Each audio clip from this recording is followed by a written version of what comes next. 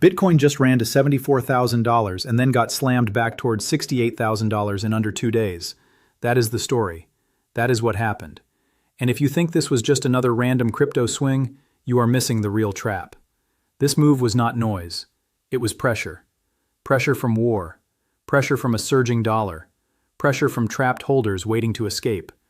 And underneath all of that, a $1.7 billion signal quietly appeared in the background while most people were staring at the candles and getting the story completely wrong. What you are watching right now is not just a chart. It is a battlefield between fear and liquidity, between macro panic and sidelined capital, between people desperate to get out at break-even and larger money quietly getting into position for whatever comes next. And if you only look at the surface, you will miss the part that actually matters.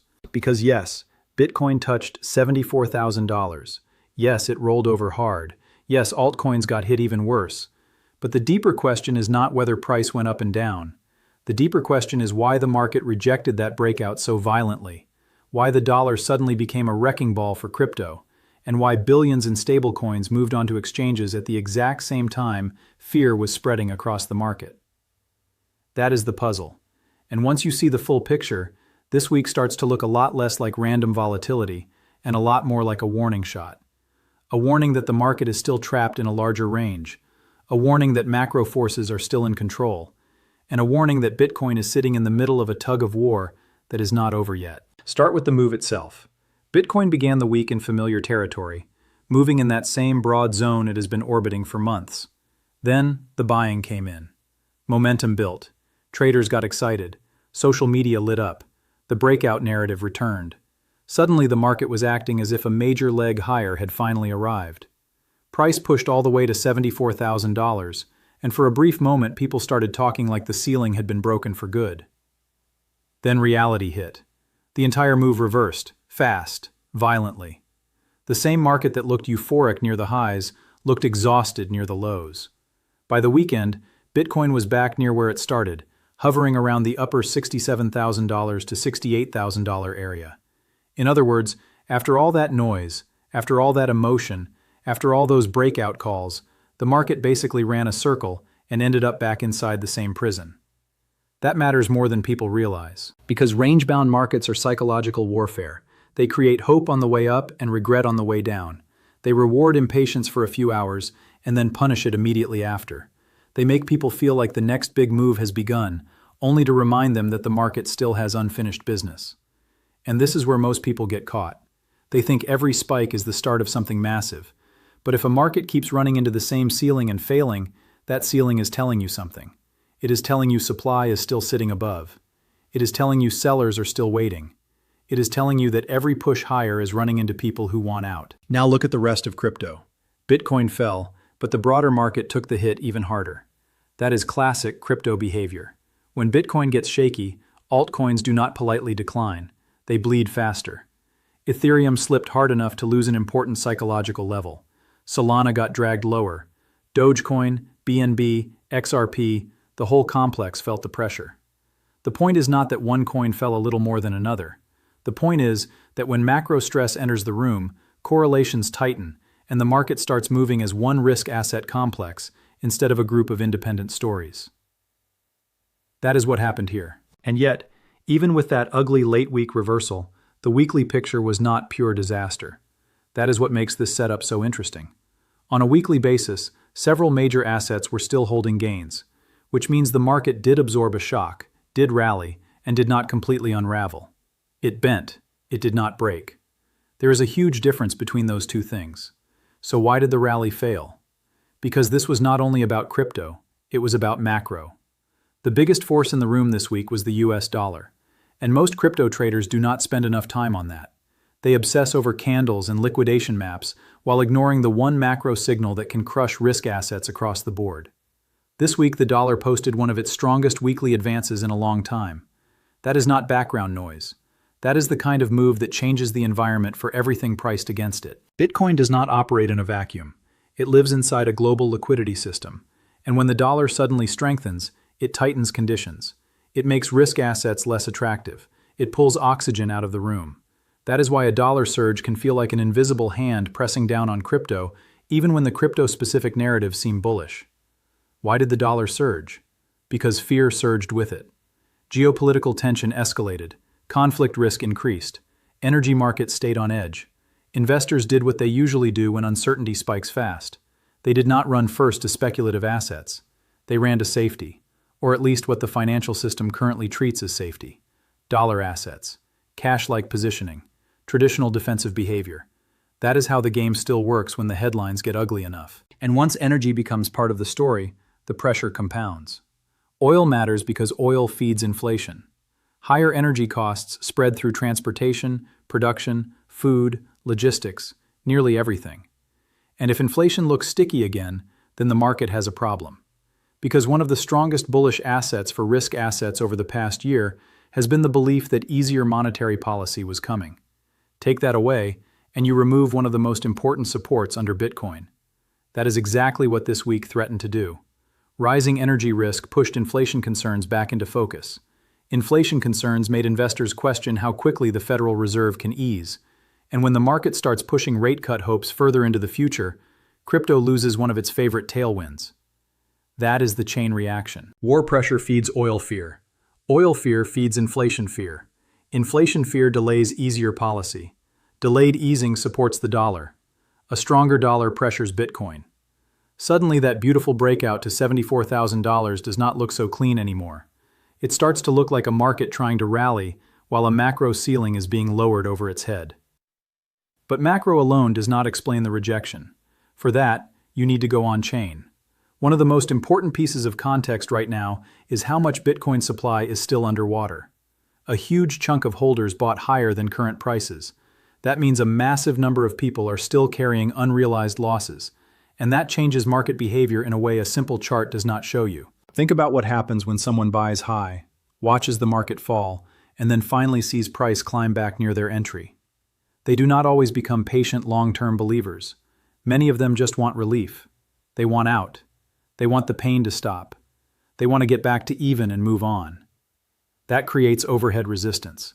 It means rallies are not only fighting technical levels, they are fighting human emotion. They are fighting trapped holders who have been waiting for a chance to escape. Every move higher runs into a fresh layer of potential sellers saying, "This is my chance, I am done, get me out." That is part of why the push towards $74,000 ran out of fuel. The market was not rising into empty air.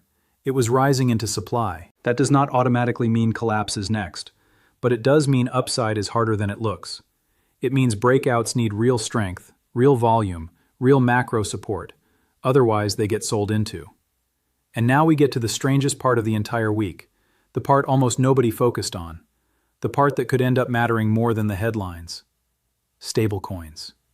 While fear was spreading, while prices were whipping around, while people were arguing about whether crypto was broken again, roughly $1.7 billion in net stablecoin inflows moved toward exchanges.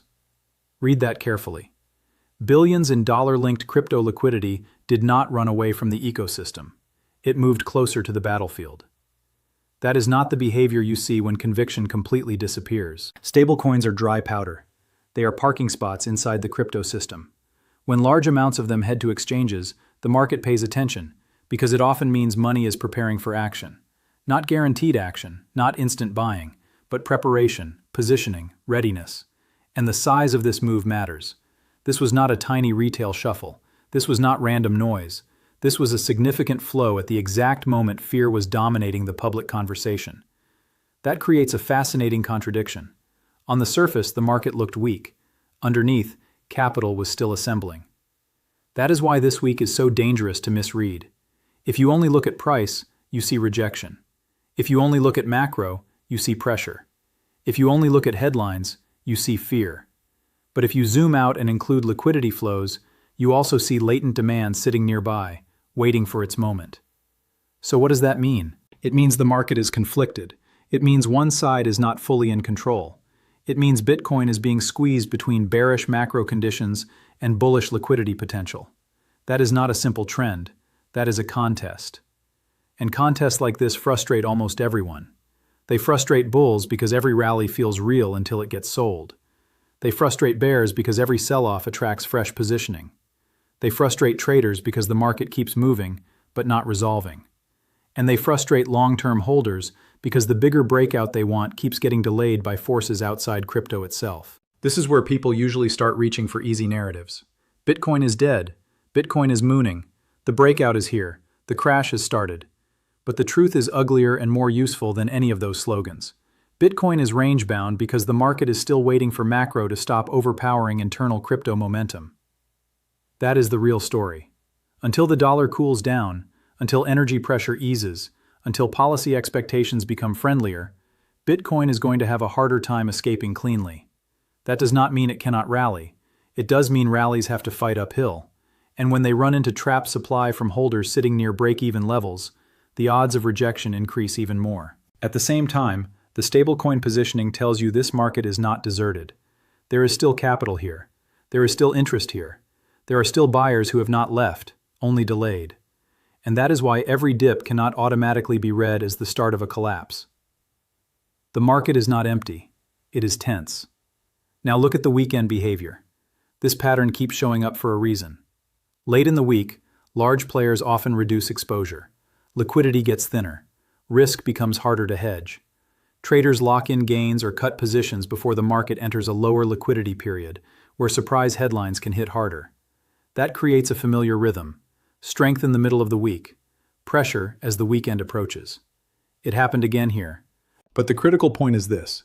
If you do not understand the structure, you will keep mislabeling the moves. You will call every rejection a death spiral.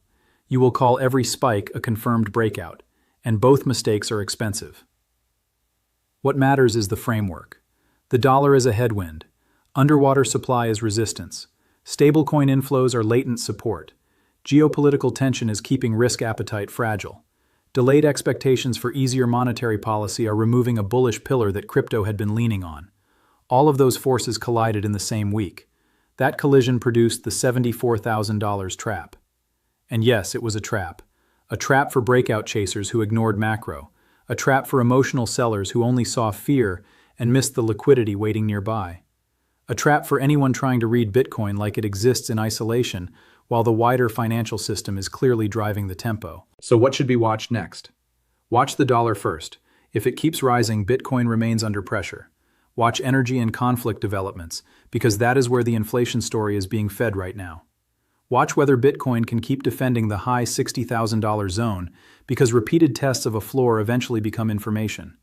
And watch stablecoin flows closely, because dry powder only matters if it eventually converts into actual buying. Also watch the underwater supply dynamic.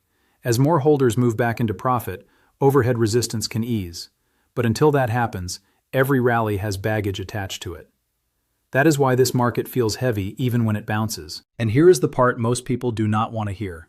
Range is not the enemy. Range is information. It tells you the market has not chosen. It tells you the next major move is being delayed, not canceled. It tells you the forces shaping price are larger than crypto tribalism and louder than social media conviction. Big directional moves often emerge from periods that feel boring, irritating, repetitive, and emotionally exhausting. That is exactly how this environment feels. Not because nothing is happening, but because too much is happening at once, and none of it has delivered final resolution yet. Bitcoin is still a fixed supply asset. That long-term foundation has not disappeared. But in the short term, it is still behaving like a risk asset caught in a global macro storm. That distinction matters. It explains why the safe haven narrative can look compelling over long horizons and still fail to dominate during sudden bursts of fear. This week proved that again. Bitcoin touched $74,000. It was rejected. The dollar surged. War risk stayed elevated. A large percentage of holders remained underwater and ready to sell into strength. And at the same time, $1.7 billion in stablecoin inflows quietly signaled that not everyone is running away. That is the whole picture, not one piece, all of it together. So the next time you see a dramatic candle, stop and ask the real questions. Is the dollar helping or hurting? Is macro tightening or easing? Is supply trapped above price? Is fresh liquidity entering the system or leaving it? Those questions are not as exciting as moon targets and crash calls, but they are far more useful. Because ignorance is what gets punished in markets, not uncertainty. Ignorance. And right now, the people getting punished the fastest are the ones pretending this is simple. This is not simple. This is a standoff. Bitcoin is trapped between macro fear and waiting capital, between sellers looking for relief and buyers looking for opportunity, between a stronger dollar above and supportive liquidity below. The breakout failed, but the market did not fall apart. The dip hurt, but conviction did not fully disappear. The pressure is real, but so is the capital still circling the space. That is why the next move matters so much. Because if macro pressure begins to ease while that sidelined stablecoin liquidity stays in place, the market can turn faster than people expect. But if the dollar keeps surging, if inflation fears keep building, and if geopolitical stress keeps feeding defensive behavior, Bitcoin could stay stuck in this exhausting cycle longer than most traders can emotionally handle. That is the trap. Not just the move to $74,000, the whole environment. The trap is thinking one candle told the whole story. It did not. This week was bigger than one spike and one drop.